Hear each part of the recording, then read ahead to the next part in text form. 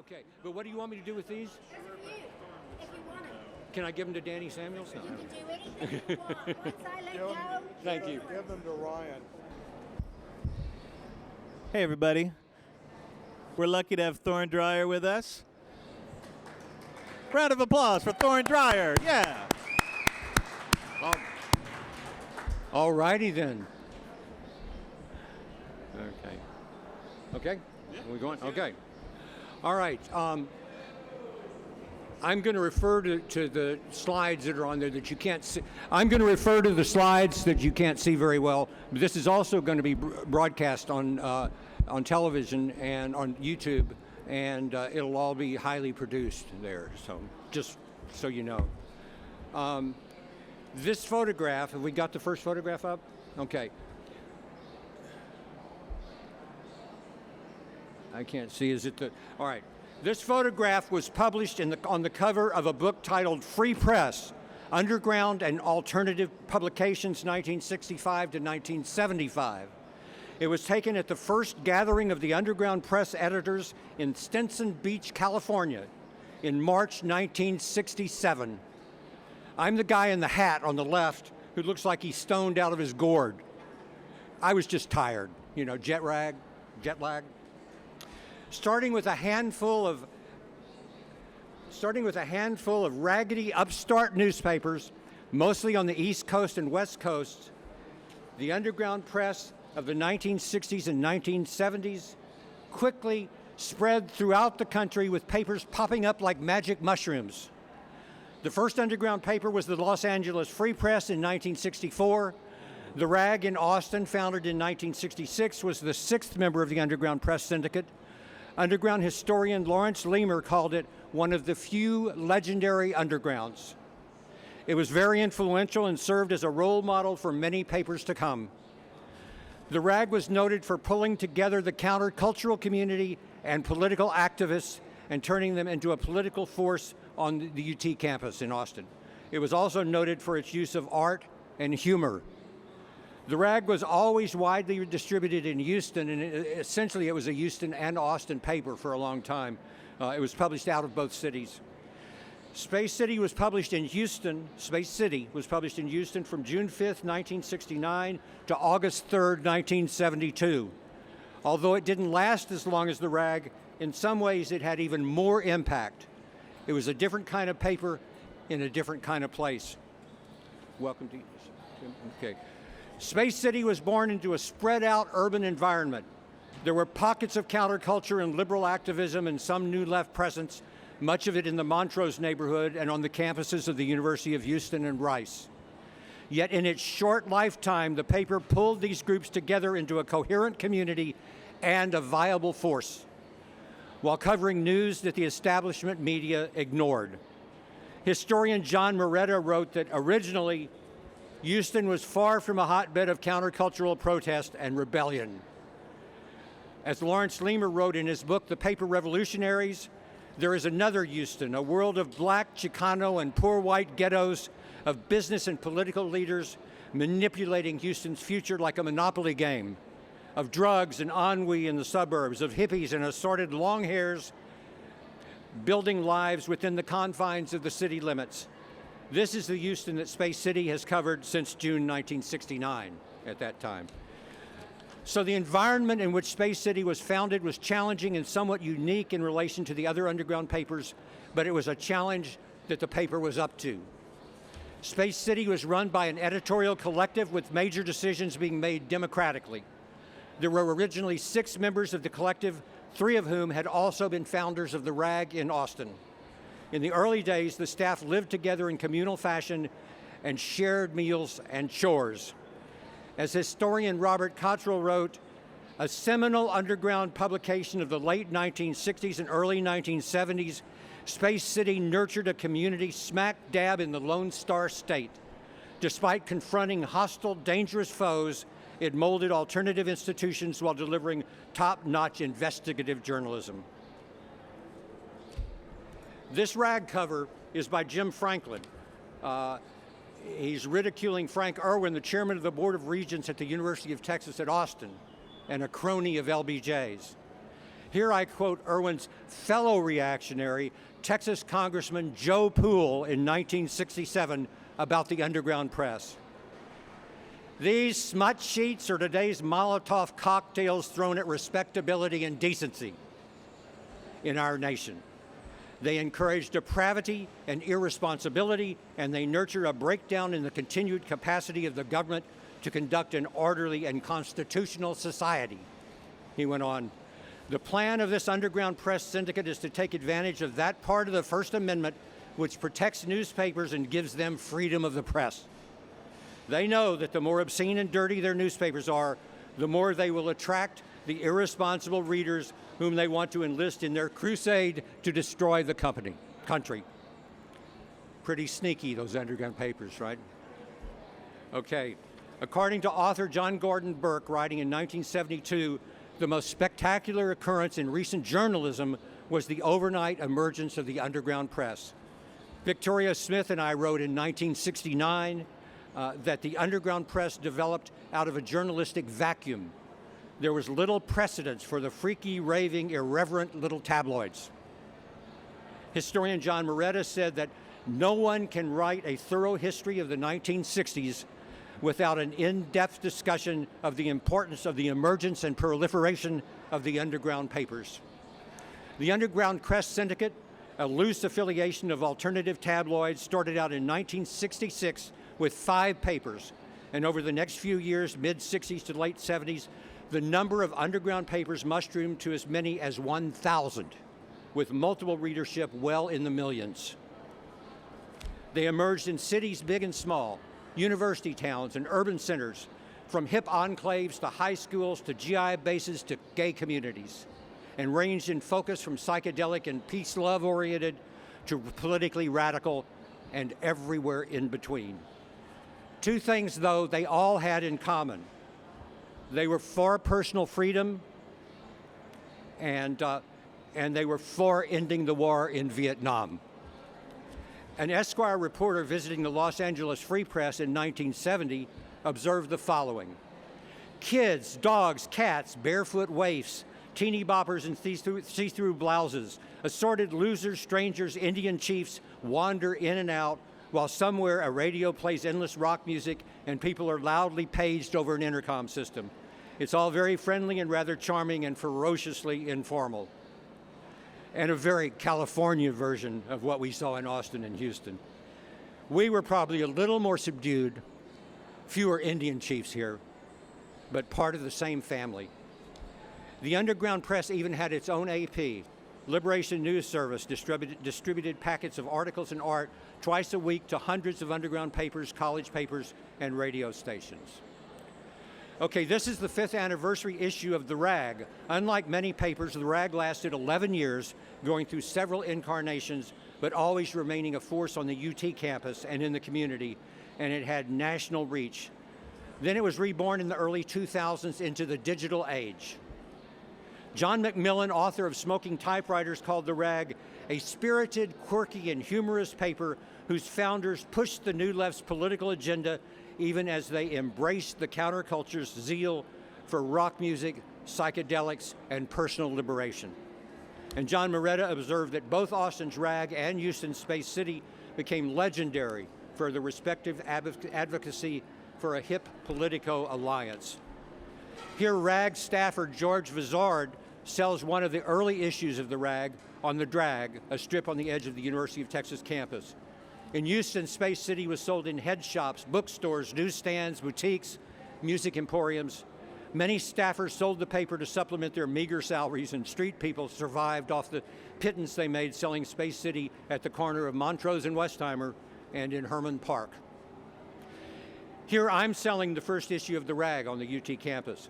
The campus gendarme on the left suggests oh so politely that I get lost. The first dozen issues of The Rag were little more than comic book size because we had a small printing press in-house, but we soon moved to a full-size tabloid. The first issue of The Rag sold within a couple of hours, and we had to rush back and do another press run, and the paper was off and literally running. In 1972, representing the ACLU before the U.S. Supreme Court, legendary attorney David Richards won the right for the underground newspaper, The Rag, to be sold on the University of Texas campus.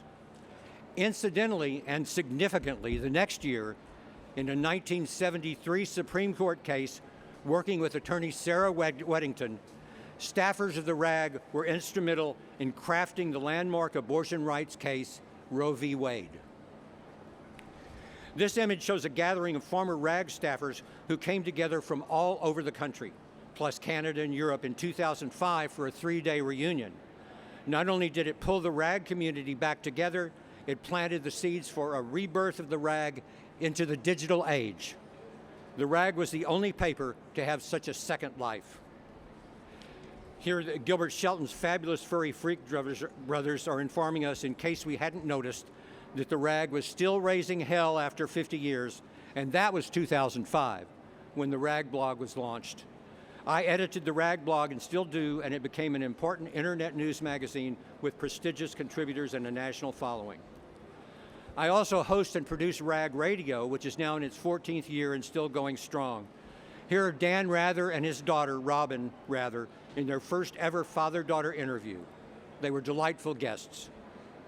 As was Bernie Sanders, who spoke to us in a live remote broadcast from the floor of Congress on March 15, 2015, just before he came to Austin for an overflow town meeting and shortly before he announced that he was running for president. Oh, and what about this guy? Pete Gershon, who organized today's event and is curator, and is right here, and is curator of programs for the Orange Show Center for Visionary Art, was my guest on Rag Radio talking about his book, Collision, the Contemporary Art Scene in Houston, 1972 to 1985. Rag Radio is syndicated. It originates on Co-op, that's K-O, that's Co-op, not Coop, a cooperatively run community radio station in Austin, and can also be heard in Houston on KPFT on its HD2 channel. We have done more than 500 shows, and they are all preserved on the Internet Archive. All 3 of these interviews are included in my book, Making Waves, the Rag Radio Interviews, and we have all 3 of our books over here at the table. I will eat this new stuff now. Space City brought new food for thought. This cover was by noted cartoonist Vaughn Bodie. Space City was an underground newspaper published in Houston, Texas from June 5, 1969 to August 13, 1972. Though it was relatively short-lived, the paper was widely acknowledged to be one of the very best of the 1960s, 70s underground newspapers that had significant impact on mainstream journalism. The paper was originally called Space City News, and that name graced our banner for the first dozen issues. But a UFO newsletter of the same name came out of nowhere and threatened to sue us. And not wanting to get on the wrong side of the aliens, we changed the name to Space City, with an exclamation mark at the end. Here you go, staff busy at work. We thought you should know there were real dedicated humans hard at work in the Space City layout room. That's me on the left in the big glasses. Hard working. But we were more than goof-offs. Space City and the hundreds of underground papers, from the Berkeley Barb to the Great Speckled Bird in Atlanta, to the East Village Other in the San Francisco Oracle, to the Fifth Estate in Detroit, played a major role in bringing to light news that was previously unreported or underreported by the mainstream press, especially concerning the war in Vietnam and the growing resistance to it. The papers gave voice to the fast-growing countercultural phenomenon, hippies as the media called us, freaks as we like to call ourselves, and the New Left and other related movements for social change. In Houston, we also helped form and nurture community institutions like a drug crisis center, a food co-op, a community switchboard, a free university, and a community-owned and run music venue called Of Our Own. Okay, great. The Conspiracy is Coming.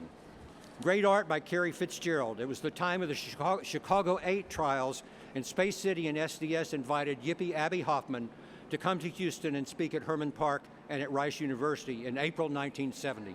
He also gave a rousing speech to a gathering at the Continental Club, all of which helped light a spark with the Ku Klux Klan. As I wrote then, their hair caught on fire. The Knights of the Ku Klux Klan had suddenly come alive again and was terrorizing hippies and anti-war activists. They twice bombed the Pacifica Radio, that's KPFT, transmitter, bombed it off the air, and they hit the Space City office with a military-style concussion grenade. They shot over the heads of staffers sitting on the front steps of the office, firebombed a car out front, and shot bullets through the front windows of several of our advertisers. They also bombed an employee's car outside the Forward Times, a black community newspaper that printed our paper. The rat sheet called the Forward Times the Jungle News. Now, the infamous Dreyer rats. I don't know how well you can see that picture there. The Klan had a truly underground paper, a throwaway called the Rat Sheet, and they published a special issue on my family, calling us the infamous Dreyer rats. We posed for this stylized photo before heading to City Hall to let the mayor and city council have it. The Klan had a truly underground paper, a throwaway called the Rat Sheet, and they published a special issue on my family calling us the infamous Dreyer rats. My mother was a prominent Houston artist and activist, Margaret Webb Dreyer, and my father was a respected reporter and editor at the Houston Chronicle. They shot up my parents' art gallery and painted a hammer and sickle on the wall out front. A Klan bullet lodged into an interior mosaic wall, and instead of repairing it, my mother painted a circle around it as an act of defiance. The home of one Houston activist was riddled with bullets so often that he sandbagged the outside of his house. It got so bad that Newsweek ran an article with the headline, "Civil War in Houston." Okay, here is young Klansman Mike Lowe in full battle regalia. The photo was taken at a Klan cross burning outside Houston by Space City photographer Bill Casper. Well, it turns out Mike had been working undercover as a volunteer at the Space City office. We had kind of thought this kid was weird, but not that kind of weird. When Mike Lowe made his next visit to the Space City office, not realizing his cover had been blown, staffers Cam Duncan and Dennis Fitzgerald chased him down the street and caught him in a headlock, and Sue Methune took the picture shown here. They let him go, but he never showed his face again around our office. Half of the Space City editors were women, and the staffers were very involved with the women's liberation movement and covered it extensively. Victoria Smith and Judy Fitzgerald wrote an article with the ironic title, "American Women, You've Come a Long Way." And Trudy Minkoff crafted some great illustrations for this feature and others. The gay liberation movement was also very active, and we expressed solidarity. And high school students in Houston started their own newspapers, thanks to facilities and expertise provided by the Space City staff. Here's Jane Fonda at the Oleo Strut. Jane Fonda came to Fort Hood in Killeen, where she was on a panel at the Oleo Strut speaking about women's liberation. The Oleo Strut was an anti-war GI coffee house near Fort Hood that we helped support. There were similar coffee houses at military bases around the country. Vicki Smith and I interviewed Fonda for about an hour or more, and Space City ran a long two-part feature. She was an inspiration to us all. Here's a great front page with Richard Nixon blowing his, horn, accompanied by his sidekick, Spiro Agnew. The art and design was by Space City artist Bill Narum. Between the RAG and Space City, we had some terrific and nationally influential artists. Bill Narum, Carrie Fitzgerald, later Carrie On, Jim Franklin, Michael Priest, and Gilbert Shelton, whose fabulous Furry Freak Brothers comic strip was born in the RAG in May 1965, then also ran in Space City and was reprinted all over the world, being translated into multiple languages. Along with Robert Crumb, Shelton was the best known and most beloved comics artist to come out of the underground movement. Underground artists spelled comics with an X instead of an S. Shelton's character, Freewheelin' Franklin, was famous for the expression, "Dope will get you through times of no money, better than money will get you through times of no dope." If you can't read the words below Beatles' cat, they say, "Get out of Vietnam." The anti-war movement and the underground press were credited by many with changing public perception of the war in Vietnam and turning the tide and bringing it to an end. Throughout a decade of organizing, anti-war activists used a variety of tactics, from mass marches to teach-ins to guerrilla theater, to shift public opinion and ultimately alter the actions of political leaders. By February 1985, a Gallup poll showed only 35% of the population approved of Johnson's handling of the war, and a full 50% disapproved. The underground press played a major role in this shift. Okay, the Houston police murdered Carl Hampton on July 27, 1970. Carl was an articulate leader of People's Party 2, a Black Panther-like group and an inspirational force in the black community and the Rainbow Coalition, a multiracial alliance fighting for social change. And the city fathers must have thought he was just a little too articulate. They shot him in an ambush from near the People's Party office, and he died a few hours later at a Houston hospital. We covered and supported Carl Hampton's work before the murder. We covered the murder extensively and continued to write about the issues he raised. The gentleman with his fist raised at a Mayo, that's the Mexican American Youth Organization rally, was TSU graduate student and anti-poverty activist Mickey Leland. In front of him, shown clapping his hands, was Sherwood Bishop. Sherwood and Mickey were friends and fellow activists. They saw the first issue of Space City, and the two of them decided to visit the paper's office, where they received a warm welcome. Mickey Leland remained a good friend and strong supporter of Space City throughout the paper's existence, and Sherwood joined the staff and became a member of the paper's editorial collective. Mickey Leland would become a U.S. congressman from Texas' 18th District, following in Barbara Jordan's footsteps, and would serve as chair of the Congressional Black Caucus. Mickey would die in 1989 in a plane crash over Gambela, Ethiopia, during a flight to a refugee camp. All right, shown flying through the air, a novel way for armadillos to cross the street, is a pack of surrealist artist Jim Franklin's Armadillos. There was much rich cultural content in Space City. The Austin-based Franklin was and still is greatly respected as a graphic artist and as a painter and muralist. He is credited with turning the lowly armadillo into a symbol of the Texas counterculture. Here's Carrie Fitzgerald's wonderful Space City cover featuring Janis Joplin. Jeff Shiro, later known as Jeff Nightbird, wrote a moving tribute to Janis. Space City's cultural coverage garnered wide acclaim. Folklorist Hermes Nye wrote that Space City was a well-written, sprightly sheet. It also had an eye for vivid telling graphics and poetry of a high level. And Larry Lemer said, there is a solid intelligence to the reviews and cultural articles, an intelligence that doesn't pose as obtuseness. It is a radical journalism grounded in fact. He added, there have been major muckraking and numerous articles challenging the conventional wisdom either above or underground. Okay, this John M. Lomax photo illustrates his review of the Rolling Stones in June 1972 at Hoffein's Pavilion. It was the story was headlined, Stones, Liquid Raunch. John of the legendary Lomax family of musicologists, folklorists, musicians, and critics served for a time as Space City's music editor.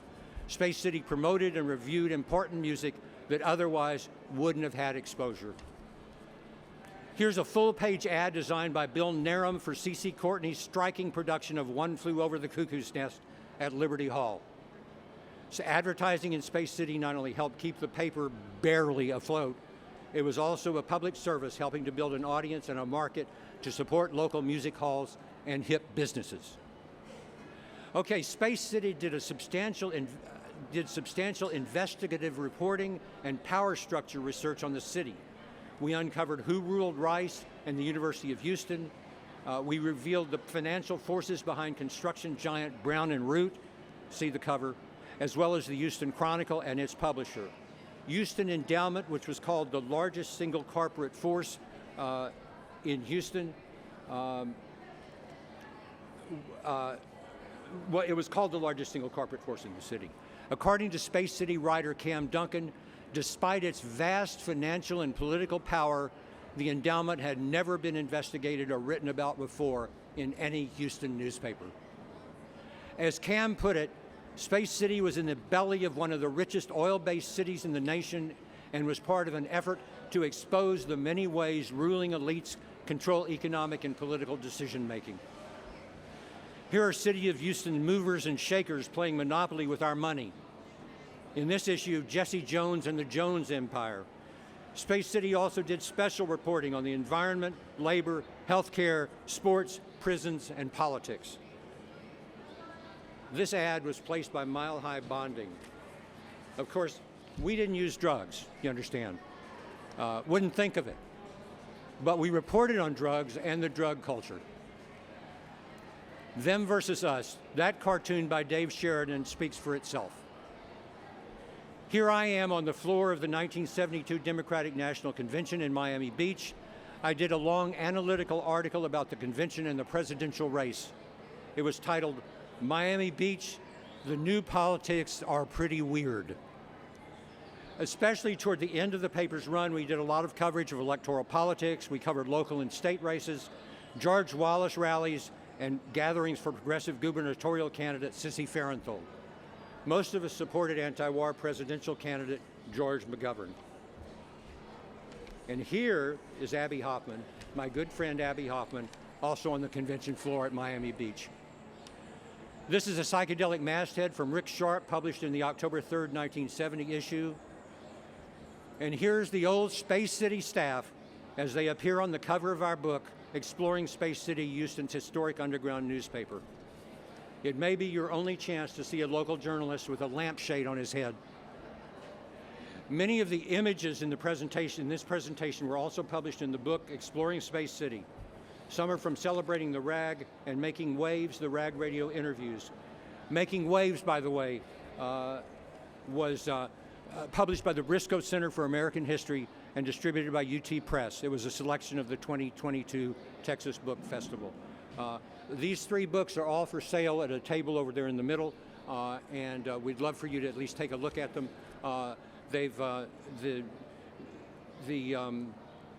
The Briscoe, the published Making Waves was actually chosen by the Texas Book Festival as a selection this year. So all three books are available for sale. Please check them out, and I'll be happy to answer any questions. Anybody got questions? Got your questions here? Yeah.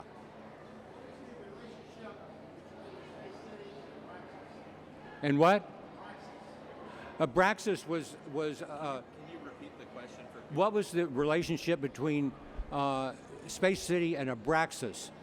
I believe, if I remember correctly, Space City was an all-purpose underground newspaper. Abraxas was, I think, oriented mostly towards music, and I think it was published out of Liberty Hall. Is that true?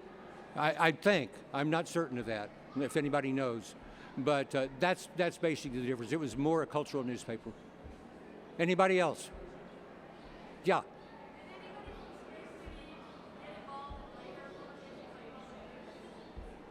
Like what? Okay, did anybody with Space City ever get involved in later publications like Public News? I think so. I know Dennis Fitzgerald became assistant city editor at the Houston Chronicle. A lot of the people who worked at Space City became involved in journalism of various sorts. Some of them with other underground newspapers later that were in the more advanced years of underground newspapers. So yeah, there was a lot of later involvement on the part of the people at Space City. Anybody else? Questions? You got questions? Okay. Well, thank you very much. The table is over there. Thank you. Thanks very much. The table is over there in the middle, and it has there's a bunch of Hawaiian shirts and things at the table, and then there's our three books. So please check them out. I can't stand up very well here. Huh? It's a pleasure to meet you. What is your name? Teams. Oh. Right. How are you? Good to meet you. I certainly will. I will sign any books up there. Yes, absolutely. Hi. How are you? Tom Clark, Nancy, we lived on Willard across from you. Yes. So if you don't want these, you can give them to Pete. But I told Tom to pull one out for you. Okay, great. I get a picture, but he's with Brian Bernard right now, so Yeah. we'll talk to you again. Yeah, I Bye. see him. Okay, but what do you want me to do with these?